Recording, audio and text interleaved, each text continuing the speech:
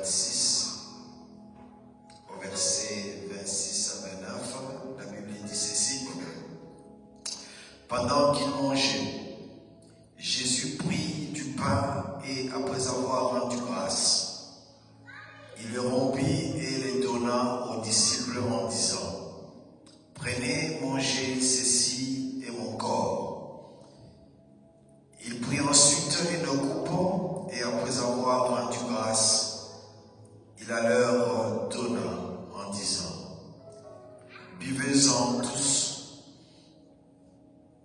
car ceci est mon sang, le sang de l'alliance, qui est répandu pour plusieurs, pour la rémission des péchés.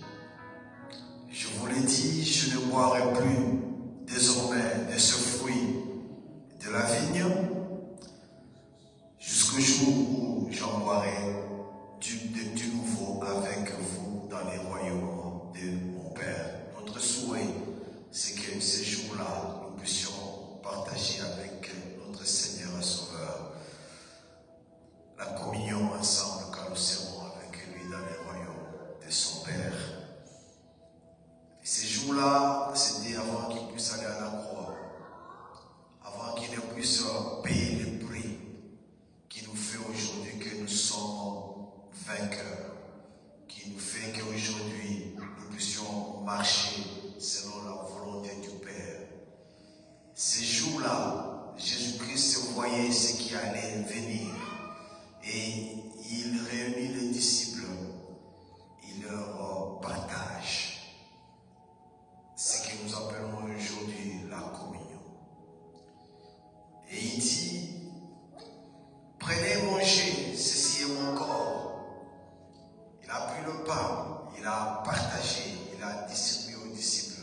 Et il dit, « Prenez ceci est mon corps. » Et il bénit ce corps. Ce corps aujourd'hui, c'est le corps du Christ. Et quand chaque fois que nous faisons la communion, nous partageons cette communion.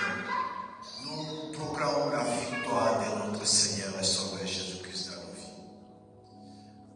Nous échangeons la maladie qui est dans notre corps sort parce que Jésus-Christ a payé le prix à la croix et nous avons la santé.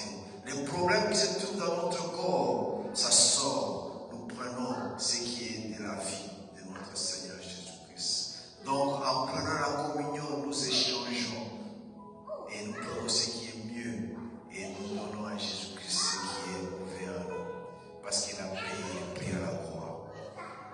Bien-aimés, nous allons prendre le pain et nous allons aussi manger.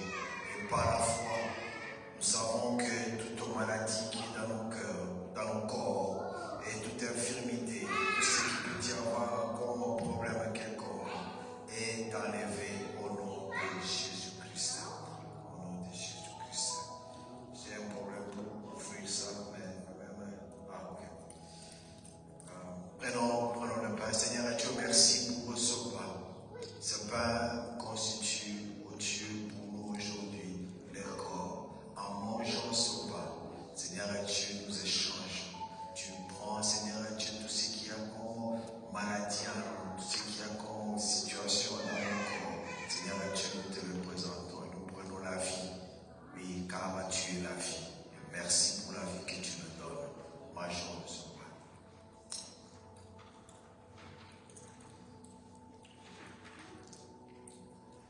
Et après avoir rendu grâce, il prend aussi la coupe et dit, buvez-en tous, car ceci est mon sang, le sang de la nouvelle alliance, qui est répandu pour vous, pour la rémission de vos péchés. Seigneur Dieu, merci pour ce sang précieux, ce sang qui nous donne la victoire, le sang de la nouvelle alliance, le sang qui nous donne, oh Dieu, la sûreté dans notre vie. Nous prenons, Seigneur Dieu, cette coupe et quand nous allons, oh Dieu, la prendre, nous proclamons, Seigneur Dieu, la victoire dans notre vie. Au nom de Jésus-Christ, vivons de cette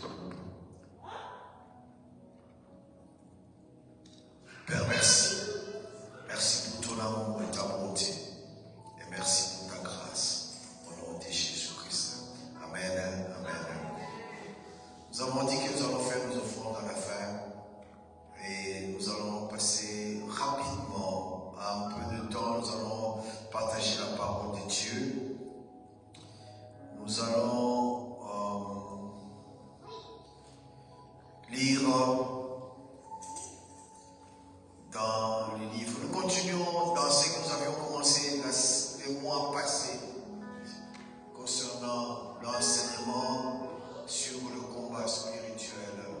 Nous allons encore expliquer davantage parce que c'est vraiment très vaste. On doit quand même comprendre certaines choses que nous avons en tant qu'enfants de Dieu dans notre vie de tous les jours. Nous avons besoin de pouvoir comprendre ce que le Seigneur nous enseigne. Chaque jour de notre vie, c'est un combat. Le combat est tous les jours. Le combat, nous en avons tous les jours. Nous allons lire dans le livre de l'Éphésiens. Éphésiens chapitre 6. Éphésiens chapitre 6, l'apôtre Paul a eu la révélation venant du Seigneur et le Seigneur lui a montré comment il fallait combattre et les armes que les chrétiens devaient porter. Ici, du verset 10 au verset 17, on explique ce qu'il faut.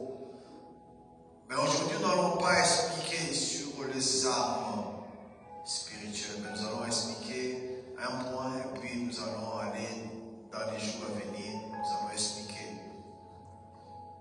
certaines armes dont nous avons besoin en tant qu'enfants de Dieu et devons comprendre tous les jours de notre vie.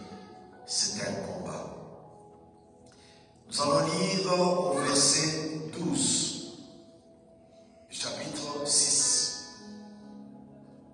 La Bible dit ceci: car nous n'avons pas à lutter contre la chair et le sang, mais contre les dominations, contre les autorités, contre le prince de ce monde de ténèbres, contre les esprits méchants dans les lieux célestes. Au verset 13, il dit que c'est pourquoi prenez toutes les armes de Dieu afin de pouvoir résister dans les mauvais jours et tenir ferme après avoir tout surmonté. Seigneur Dieu, bénis ta parole. Saint-Esprit, conduis-nous. Manifeste-toi au nom de Jésus. Amen. Amen. Mes bien-aimés, la fin du verset 13 dit ceci: et tenir ferme après avoir tout surmonté. Quand nous prenons toutes les armes de Dieu et quand nous combattons, dit afin de pouvoir résister dans les mauvais jours. Les mauvais jours viendront.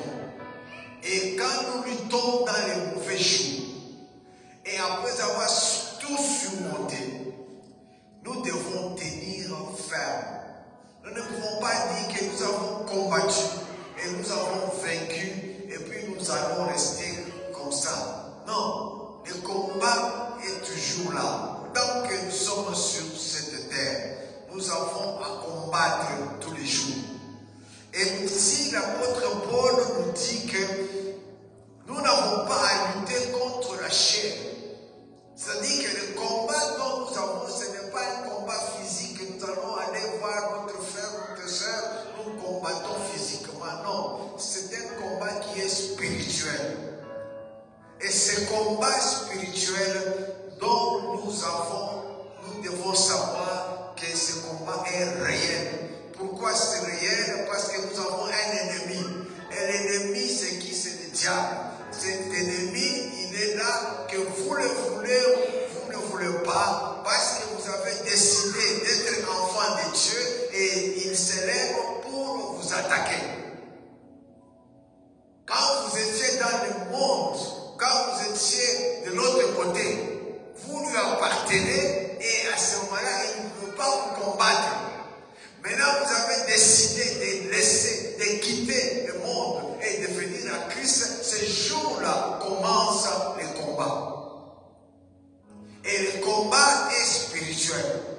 Bien sûr, tout ce qui est spirituel se manifeste aussi physiquement. Quand vous combattez spirituellement, quand vous avez des problèmes spirituels, quand vous avez des combats spirituels, ça se passe et répercuté dans la nature, dans les physiques.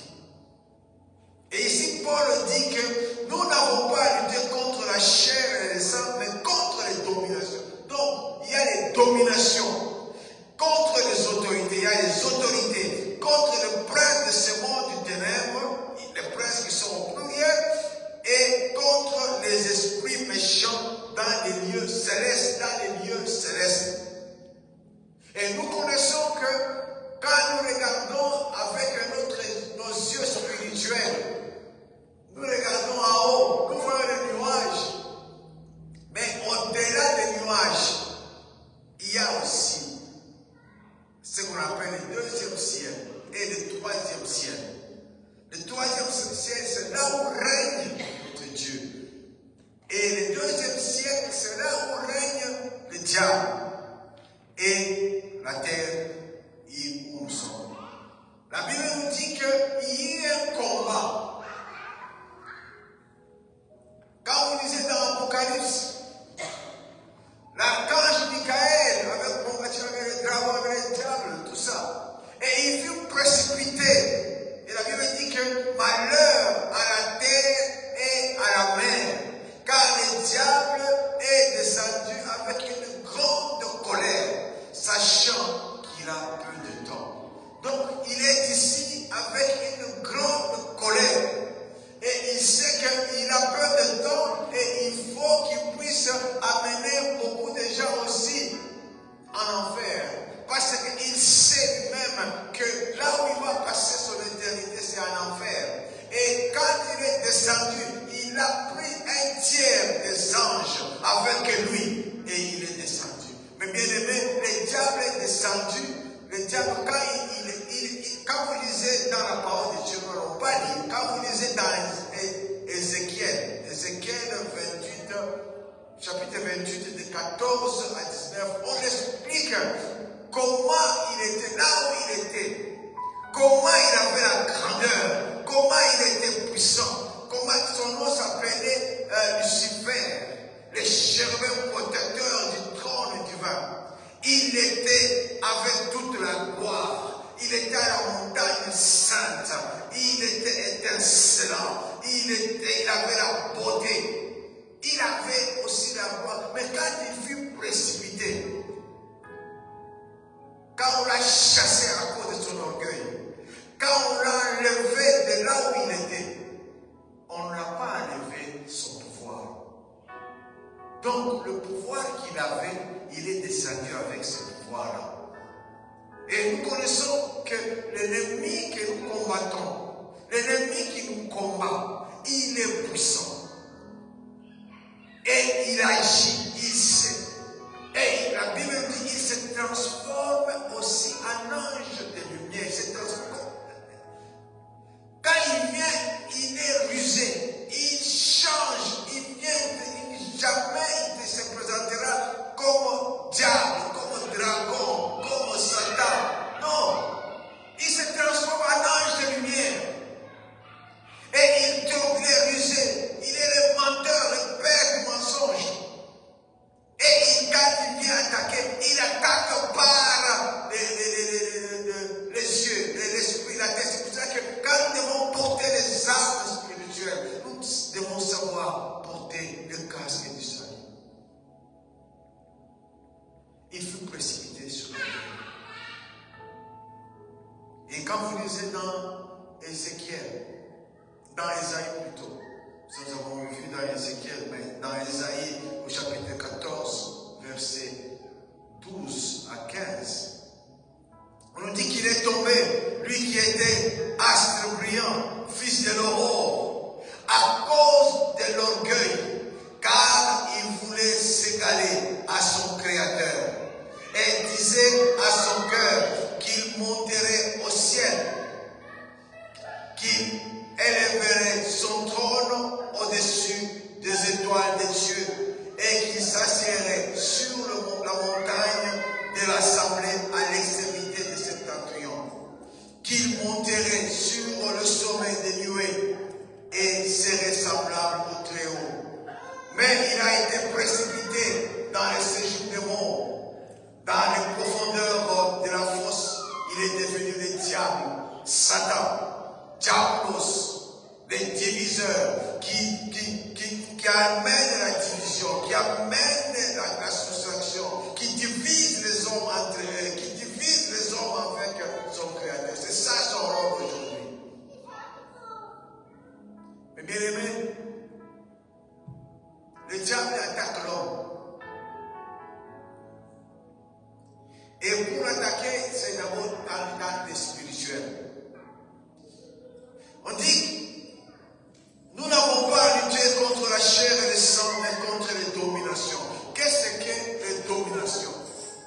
Parce qu'il faudrait quand même, quand nous devons faire un combat spirituel, quand nous combattons tous les jours, nous devons connaître qui est notre adversaire, comment il agit, comment il fait. Parce que nous ne pouvons pas aller combattre quelqu'un que nous ne connaissons pas comment il fait.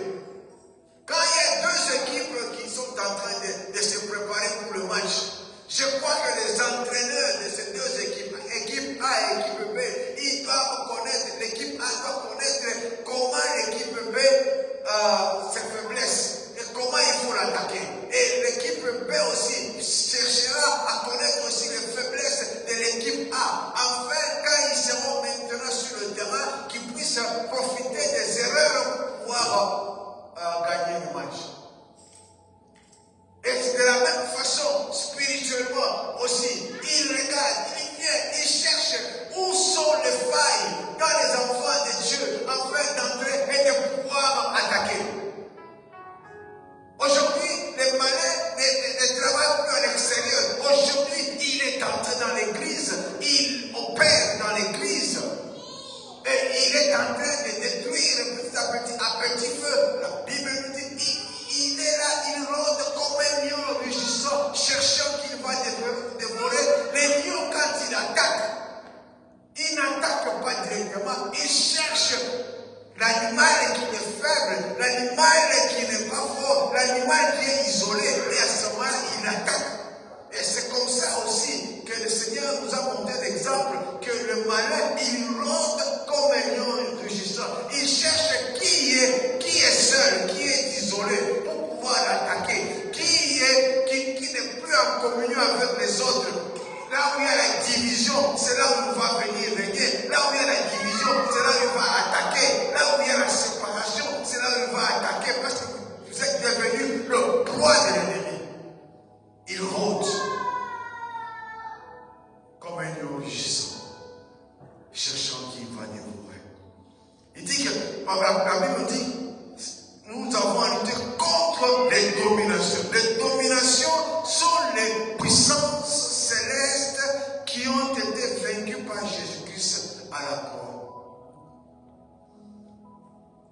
Et ces dominations, ils sont dans le monde ici, qui sont en train de régner dans le monde. Quand vous lisez dans Colossiens chapitre 2, verset 15, la Bible nous dit qu'il a dépouillé les dominations, les autorités et les a livrées publiquement en spectacle en triomphant d'elles par la croix. En entendant cela, et eux, ils sont en train d'œuvrer parce qu'ils savent quel est leur sort qui leur a été réservé. Et ils viennent. Vous savez, mes bien-aimés, une chose que nous devons aussi comprendre, c'est ceci. Le diable n'est pas omniprésent. Et pour qu'il puisse maintenant opérer comme il se doit, il a une organisation, il a une structure, il est bien établi partout dans le monde. Avec les démons qui se déplacent à une vitesse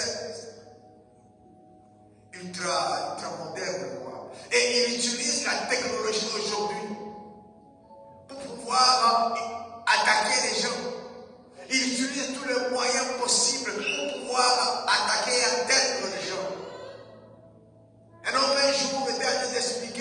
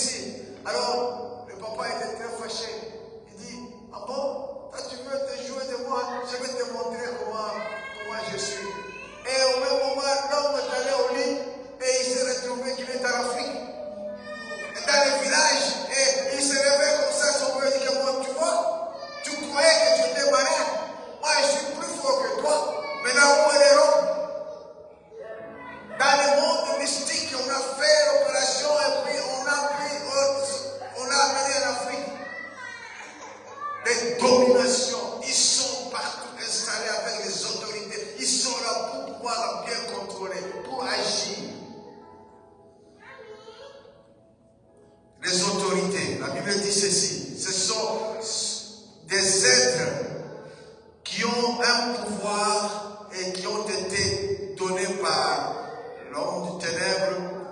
Et ils ont un pouvoir légitime, un pouvoir d'agir, un pouvoir de posséder, un pouvoir de contrôler une personne. Dans les lieux célestes, bien sûr, nous avons deux sortes d'autorités. Les autorités qui dépendent directement de Dieu, qui sont soumises à notre Seigneur et Sauveur Jésus-Christ, et des autorités qui dépendent du diable, qui sont les princes de puissance de l'air, qui sont les princes des démons, donc qui sont en train de contrôler. Ils ont dans le lieu céleste, ils contrôlent. Pour comprendre cela, j'aimerais que nous puissions lire dans le livre de Daniel. Quelqu'un peut nous lire dans Daniel chapitre 10. Daniel chapitre 10, versets 12 à 13, pour comprendre cela. Daniel chapitre 10, versets 12 à 13.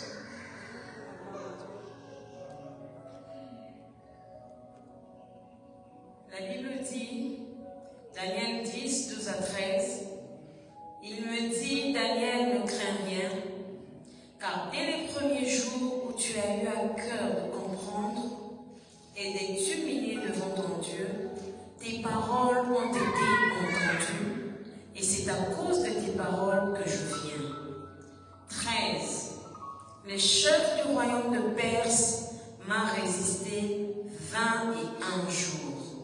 Mais voici Michael, l'un des principaux chefs, est venu à mon secours, et je suis demeuré là auprès du roi de Perse. Amen. Amen. Vous voyez, Daniel a compris que le temps était arrivé de pouvoir maintenant prier pour la libération de son peuple. Et quand il priait, il est entré en prière. Et le jour où il a commencé à adresser la prière à l'Éternel, ce jour-là, l'Éternel a répondu. Mais la réponse est arrivée au deuxième ciel, là où se trouve le monde du ténèbre. Et là, maintenant, la prière était gardée. Et au verset 13, il dit que le chef du royaume de Perse m'a résisté 21 jours. Mais Daniel était sur la terre avec le roi de Perse. Le roi de Perse physique était sur la terre. Mais quand Daniel adressait la prière, il adressait à l'Éternel. Mais au fait, le vrai chef de Perse qui a résisté à Daniel n'était qu'un esprit qui était là. Donc, dans le royaume que nous avons ici sur cette terre, dans ce monde ici, ce monde est contrôlé par le deuxième monde. Le diable est le prince de ce monde. Et il a aussi le prince de l'air. Et ils sont en train de contrôler. Et le vrai chef, comme je dis, qui a résisté à l'ange, il était là. Comme il dit, le chef du royaume de Perse m'a résisté 21 jours. Mais voici Michael, l'un des principaux, est venu à mon secours. Et je suis demeuré là auprès du roi des rois de Perse. Daniel était sur la terre avec le roi de Perse. Mais en réalité, celui qui gouvernait était dans le monde spirituel. Et c'est pour cela que vous allez voir dans ce monde ici, tout ce que nous avons comme autorité, communes, dans nos pays, dans la plupart, ils sont contrôlés par le monde du ténèbre. Daniel a prié et pendant 21 jours, cet ange-là du monde du ténèbre a gardé la prière. Il a fallu l'archange Michael pour venir intervenir et libérer. Ceux qui gouvernent ce monde, que nous voyons sur la terre, mais en réalité, c'est dans le monde mystique qu'ils ont le pouvoir.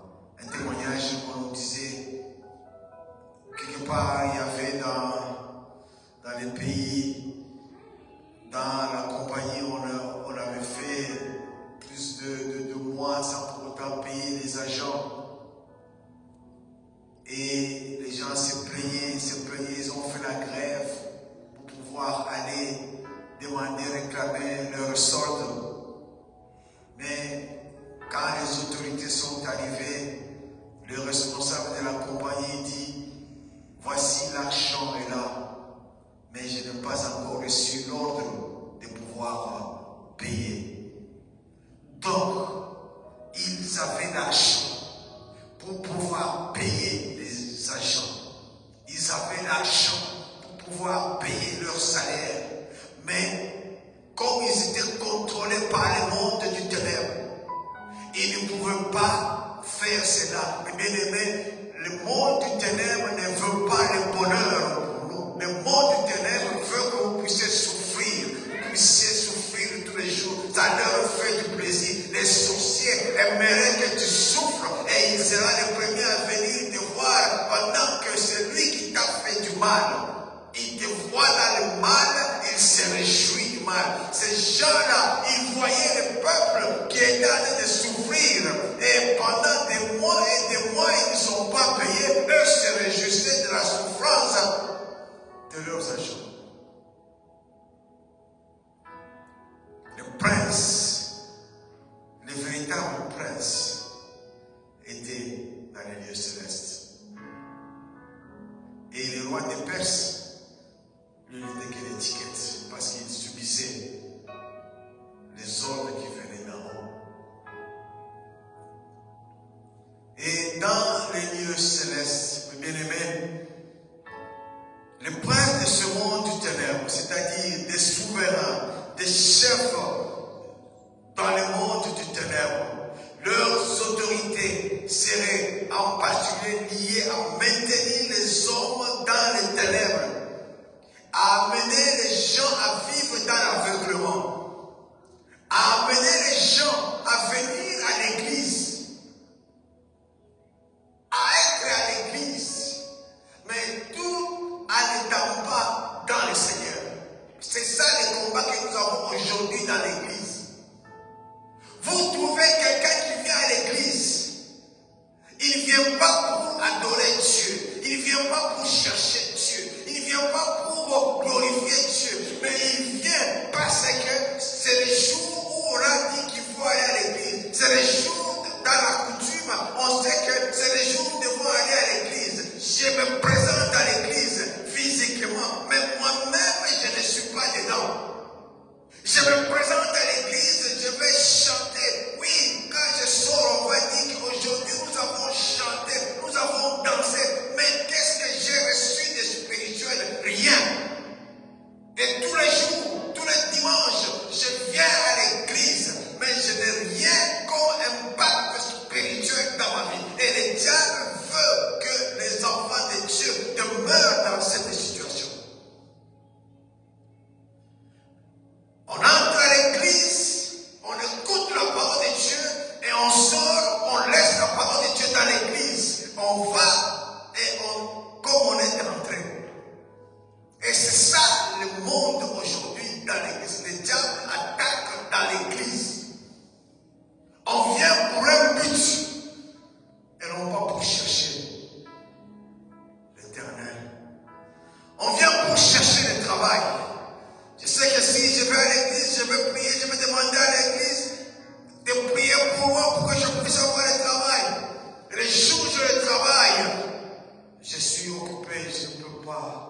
n'ai pas le temps d'aller à l'église. Je suis occupé, je ne saurais pas venir à l'église. Mais quand tu n'avais pas le travail, tu étais tous les jours à temps, tu étais tous les jours quand même, on disait, on doit jeûner, tu pleurais devant Dieu pour que Dieu te donne le travail.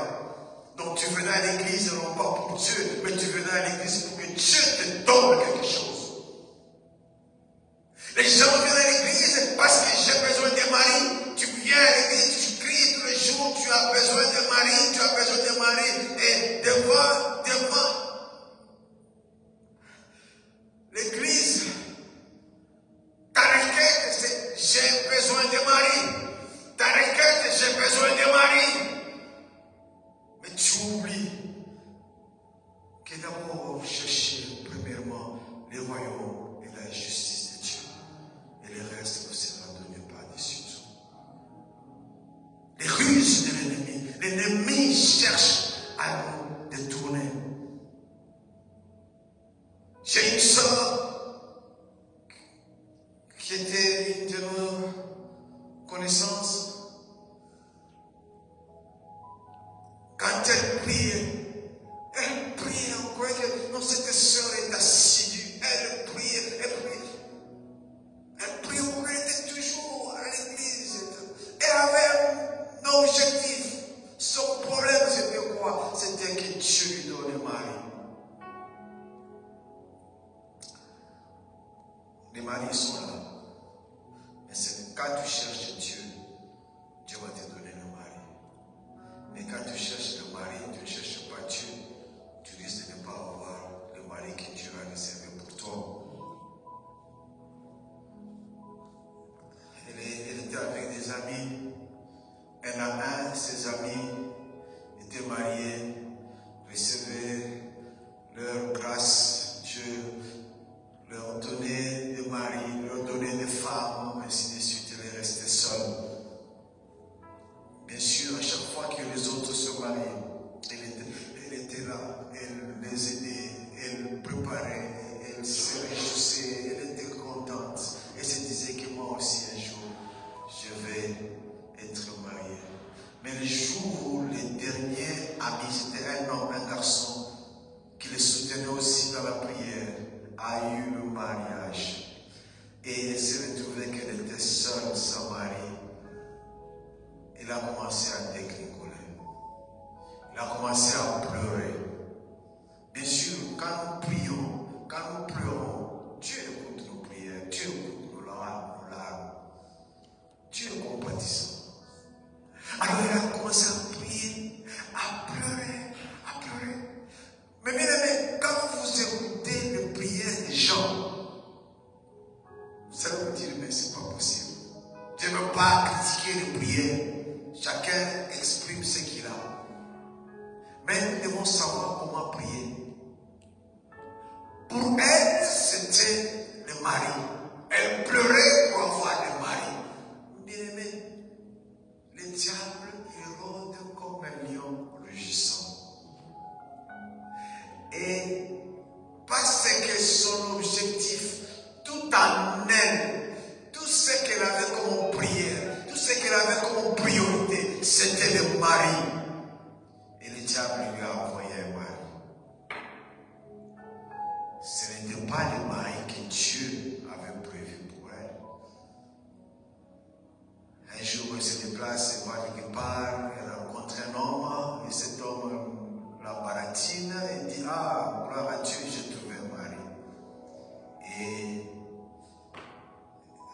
l'homme était marié, et puis il était marié quelque part, il était venu aussi en visite, et puis ils se sont connus par première rencontre, cette femme était enceinte. Elle a oublié tous ces pleurs qu'elle avait. Et l'homme l'a abandonné, il s'est retrouvé sans mari et avec une grossesse. Pourquoi? Parce qu'elle cherchait le mari au lieu de chercher Dieu. Dieu qui donne la bénédiction, Dieu qui pourvoit, mais il a cherché la bénédiction et non pas celui qui bénit. Ça, c'est les ruses que l'ennemi est en train de donner dans l'église. Les esprits méchants dans les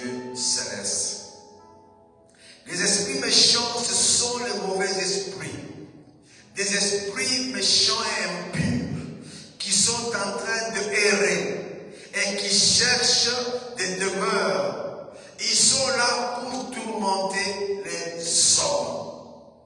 Nous connaissons que les esprits ont besoin d'un corps pour pouvoir habiter, pour pouvoir demeurer. Et les esprits méchants sont en train d'errer, ils sont partout. Leur objectif, c'est de trouver un corps qui est libre et de pouvoir posséder ce corps, demeurer dans ce corps et puis maintenant opérer. Et maintenant, ils ne sont plus dehors, ils sont dans l'église. Ils cherchent qui sont encore faibles, qui sont un pied dedans, un pied dehors, qui sont dans le monde, au lieu d'être dans l'église, qui sont en train de pouvoir dire oui et dire non. Et à ce moment-là, ils ouvrent les portes et l'ennemi entre et l'ennemi agisse. Mais bien aimés, ça, c'est avant que nous puissions avoir les armes sur nous. Nous devons connaître qui est notre adversaire. Nous devons connaître quelles sont les tactiques. Nous devons connaître quelles sont les ruses qu'il est en train d'opérer. Et à ce moment-là, quand nous allons nous attaquer, ou bien quand il va nous attaquer, nous saurons et nous comprendrons. Ça, c'est les ruses de l'ennemi. Ça vient du malin. Ça, ce n'est pas mon Dieu. Ça, non. À cause du discernement dont nous avons. Amen. Nous n'avons pas à lutter contre la chair et le sang, mais contre les dominations, contre les autorités, contre le prince de ce monde du ténèbre, contre les esprits méchants dans les lieux célestes. Et vous savez, mes bien-aimés, dans Ephésiens, chapitre 1, Ephésiens chapitre 1, versets 20 à 23, je vais lire et nous allons terminer par ici. Ephésiens chapitre 1, verset 20 à 23, la Bible dit ceci. Il a déployé en Christ,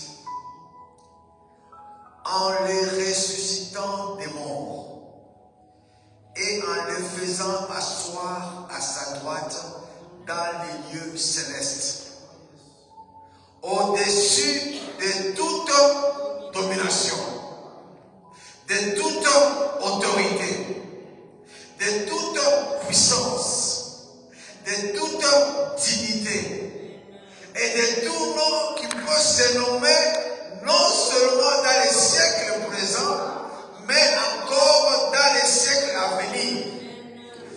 Il a mis sous ses pieds et il a donné pour chef suprême à l'Église, qui est son corps, la plénitude de celui qui remplit tout en tous. C'est Jésus-là que nous célébrons. C'est Jésus-là que nous adorons. C'est Jésus-là que nous venons ici pour l'élever et glorifier. C'est Jésus-là qui est au-dessus de ce que nous venons de dire. Et avec lui, la Bible dit, tout genou fléchit devant son nom et toute langue confesse que Jésus-Christ est le Seigneur des Seigneurs à la gloire du Père. Oui, Jésus-Christ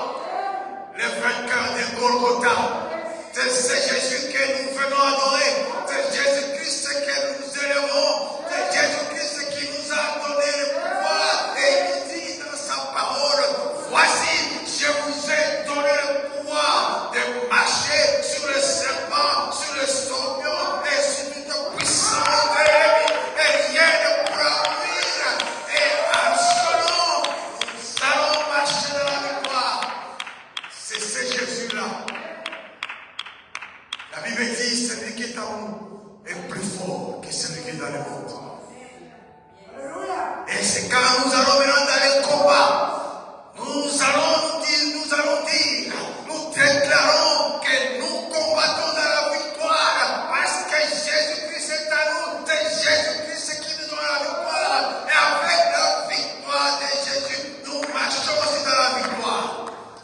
Nous avons la victoire en Jésus. Quel que soit le plan de l'ennemi, quel que soit tout ce que l'ennemi fait, même s'il est en train de pouvoir détruire les vies des gens, mais nous devons savoir une chose, il n'a aucun pouvoir. Il n'a aucun pouvoir. Son pouvoir est limité. Le pouvoir que nous avons, c'est le pouvoir de Dieu. Le pouvoir de Dieu, de Jésus. Jésus-Christ, le vainqueur de Golgotha. Jésus-Christ, le vainqueur des vainqueurs. Avec lui, nous ferons des exploits. Avec lui, nous allons vaincre. Avec lui, nous allons marcher de victoire en victoire. Alléluia. Que le Seigneur vous bénisse. Que le Seigneur vous bénisse.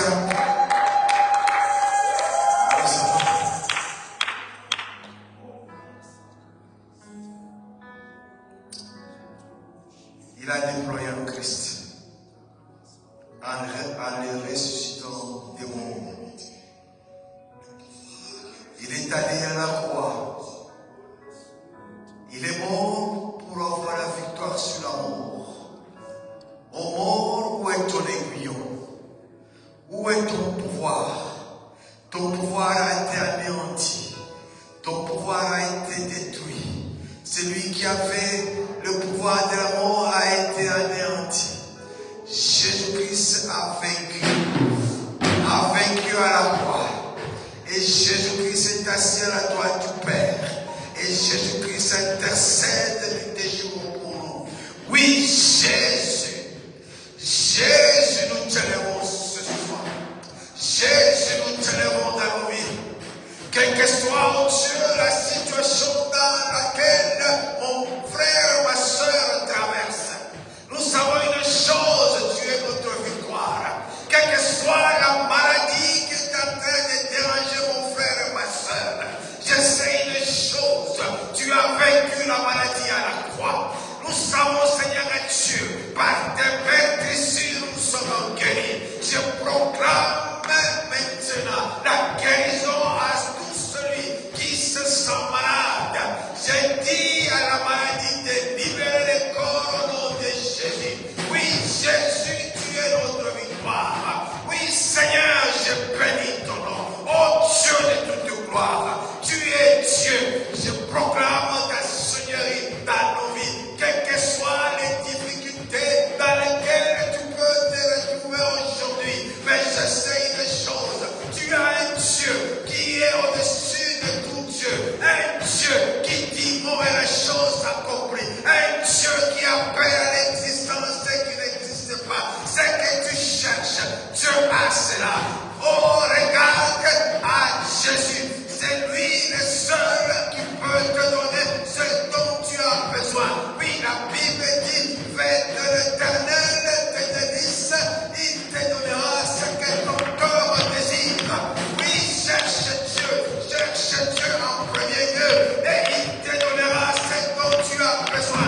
Il te donnera ce dont tu as besoin.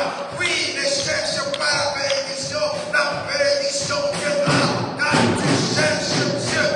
Oh, élève la voix, prie là où tu es, élève la voix et remercie le Seigneur. Remercie le Seigneur pour ce moment, pour la parole. Élève la voix et remercie le Seigneur. Nous bénissons ton nom, Jésus. Nous t'élèvons, Seigneur. Tu es le Dieu tout-puissant. Tu es le Dieu tout-puissant. Tu es au-dessus, Seigneur Dieu, de toute domination. Tu es au-dessus, Seigneur Dieu, de toute autorité. Tu es au-dessus, Seigneur Dieu, de toute puissance, de toute dignité. Oui, Seigneur Dieu, de tout nom qui peut se nommer. Oui, Seigneur Jésus. Oh Jésus, nous te bénissons. Nous te bénissons, Seigneur. Nous te bénissons, Jésus. Merci, Seigneur. Merci, Seigneur. Merci, Seigneur. Merci, Jésus. Alléluia. Alléluia. Alléluia. Alléluia. Jésus. Que ton ton règne vienne. Que ton règne vienne, Jésus. Que ton règne vienne, Jésus. Que ton règne vienne, Seigneur. Oui, Jésus, que ton règne vienne. Oh Seigneur, nous nous sommes éloignés de toi. À cause, Seigneur et Dieu, de ce chemin, de ce monde. Mais nous revenons à toi, Seigneur et Dieu. Que tu règnes, Seigneur Jésus. Que tu règnes dans nos vies, Jésus. Oh Dieu, que tu règnes, Seigneur et Dieu. Règne, Seigneur Jésus. Que tu règnes dans ma vie, Seigneur. Que tu règnes dans nos maisons, Seigneur. Que tu règnes dans nos familles, oh Jésus. Que tu règnes, Seigneur et Dieu. Oh, là où il y a ton règne, Seigneur et Dieu, il y a la liberté. Là où il y a ton règne, Seigneur Jésus, il y a la paix. Là où il y a ton règne, Seigneur, il y a l'amour. Là où il y a ton règne, Seigneur et Dieu, il y a ta présence. Que ta présence, Seigneur et Dieu, oh, soit réelle dans nos vies. Que ta présence, Seigneur et Dieu, se manifeste. Que ta présence, Seigneur et Dieu, soit réelle. Que ta présence soit réelle. Que ta présence soit réelle, Jésus. Oh Jésus, merci. Merci, Seigneur. Que ton règne vienne. Que ton règne vienne. Là où il y a ton règne, Seigneur et Dieu, il y a la solution. Là où il y a ton règne, Seigneur et Dieu, il n'y a pas de plainte. Là où il y a ton règne, Seigneur et Dieu, il y a la délivrance. Là où il y a ton règne, Seigneur et Dieu, il y a l'amour. L'amour qui surpasse tout. L'amour qui surpasse tout. L'amour, Seigneur et Dieu, l'amour agapé. Que ton amour soit sur nous, Jésus. Nous te bénissons, Jésus. Nous te louons, Jésus. Que tu règnes, Jésus. Que tu règnes, Seigneur. Que tu règnes, Jésus. Oh, Jésus.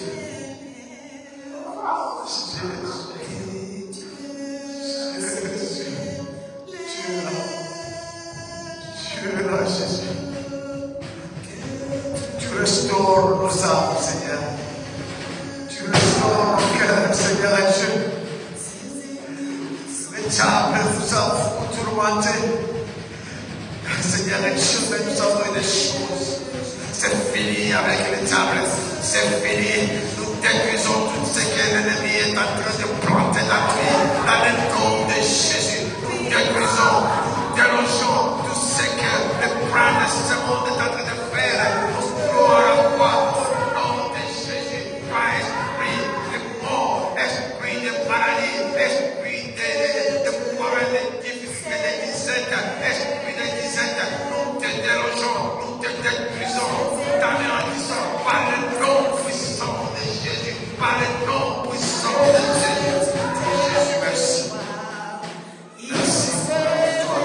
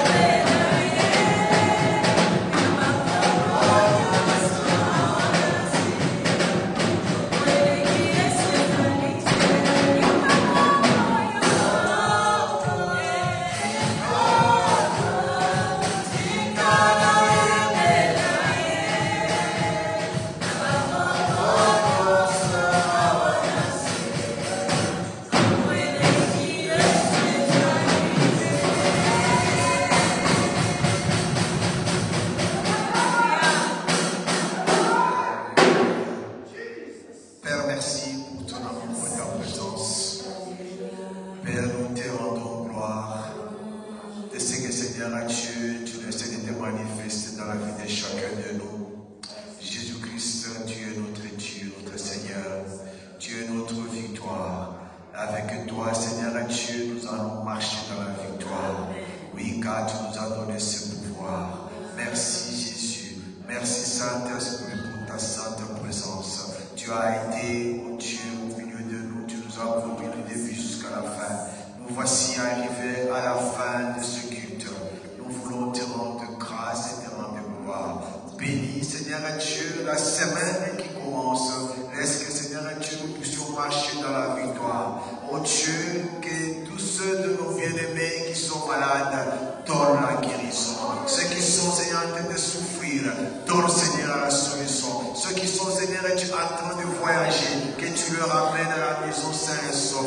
Oui, Jésus, tu es le seul qui nous protège. Garde, protège-nous dans le nom de Jésus. Merci pour les offrandes. Laisse que, Seigneur Dieu, que tu bénisses toute personne qui te donnera. Que, Seigneur Dieu, que tu sois élevé. Car, Dieu, c'est la bénédiction de l'Éternel qui enrichit et ne se fait sur aucun chagrin. Que ton nom soit glorifié au nom de Jésus-Christ. Nous proclamons Jésus-Christ 3 fois et nous allons nous séparer. Et dans l'entretemps, nous allons aussi donner nos offrandes. 1, 2, 3.